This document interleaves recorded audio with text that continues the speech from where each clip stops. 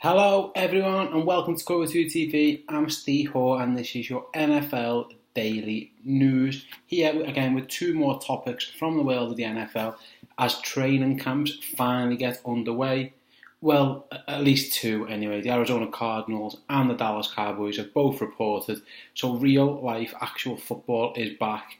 Well, sort of practicing, training. It's fine. There's plenty more to come over the next few weeks. All the other teams will be back in action before we know it, and there'll be plenty more to talk about. Until then, we've got a couple of news stories that have caught my eye that I thought I should share with you guys and get your thoughts on them as well. The first one is regarding the New England Patriots, the reigning Super Bowl champions, and their quarterback situation. They've actually got two quarterbacks where some teams have got none. The Patriots are being fantastic once again, and they've got everything figured out. And in an interview recently earlier this week with Mike Giardi from the CSN New England, an unnamed AFC scout, which, that's what scouts tend to do these days, being unnamed, don't like talking too much, give them putting their names to think, but a few scouts were asked about the Jimmy Garoppolo, Tom Brady situation, and one AFC scout in particular, something he said caught my eye, in that he said, Bill thinks he's got the next great one. And basically goes on to say that this guy has scouted Jimmy Garoppolo himself, and basically his fundamentals are perfect. His base, he says, is fantastic. His mechanics are close enough to Tom Brady that you can appreciate the willingness to learn. So basically, Jimmy G has sat and learned at the foot of the greatest quarterback of all time. And according to at least one scout, he started to pick up some of the traits that Tom Brady's got, which can only be a good thing. And again, we spoke, if you go back along the channel a few weeks ago, we spoke about our favourite off-season stories, and I was particularly intrigued by the fact that the Patriots did not trade away Jimmy Garoppolo when they apparently had offers. And this unnamed scout, he agreed and said there were definitely offers on the table, and the Patriots decided to say no. And it's going to be fascinating to see what happens at the end of the season. Obviously, the franchise tag is still in play. Where does Jimmy Garoppolo go? Who is he quarterbacking? Because if he is that great, is Bill Belichick going to let him walk out the door? Are we in a quarterback controversy? Is Tom Brady still going to be? There's tons and tons of questions, and I find it absolutely fascinating. And fair play to the New England Patriots. They've played this so well. They've scouted a young quarterback, the next big thing, and their current quarterback has played absolutely out of his mind. They've got all bases covered. They're absolutely perfect. I just thought it was fascinating that, that when the scout said Bill Belichick thinks he's got the next great one. If he does think that, he's got to get him on the field sooner rather than later.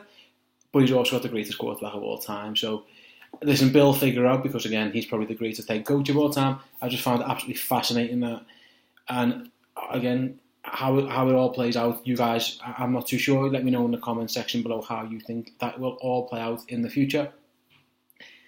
My second story today is actually something I found rather funny, and it was Tamba Hali taken to Twitter on a rant. Actually, I'm not going to go through all his tweets. It was quite a lengthy rant.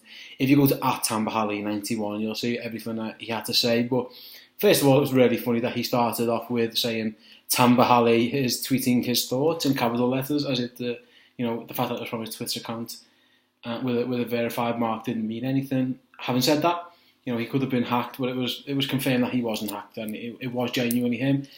I don't want to go into every single tweet. Like I say, you can go to his timeline and see it. He was basically a bit annoyed in the snap counts that he got in the two Kansas City games against the Pittsburgh Steelers. I think it was he had a loss in week 4 where the Chiefs got absolutely hammered, and then obviously they had the divisional round of the playoffs. And Tamba Hali saw the field at all. He was talking like less than 10 snaps a game. He isn't a starter. He's only started 2 games. He's been very much a rotational guy, and he is not happy with that. And he was basically saying, he's getting a lack of reps, he's getting a lack of everything. And he's give a lot to the Kansas City Chiefs organisation. He doesn't feel he's getting a lot back in return. Again, older players, and sometimes you see older players are happy to shy away and fade away slowly and just keep getting their money. It's nice to see that Tamba Hali is actually interested in keeping his cash, but also keeping his place on the field. He wants to play football, which is always positive to see. Houston have got, Kansas City have got a very good defence, so you can see why he isn't always seeing the field. But I think his point was, we got hammered in the first time against the Steelers, and you didn't let me on the field, and yet you didn't change anything for the next time, and we lost that game as well. I think he was just a bit disappointed. And then heading into training camp, he said he's been very committed. He's played through injuries. He's done all kinds. He's never held out.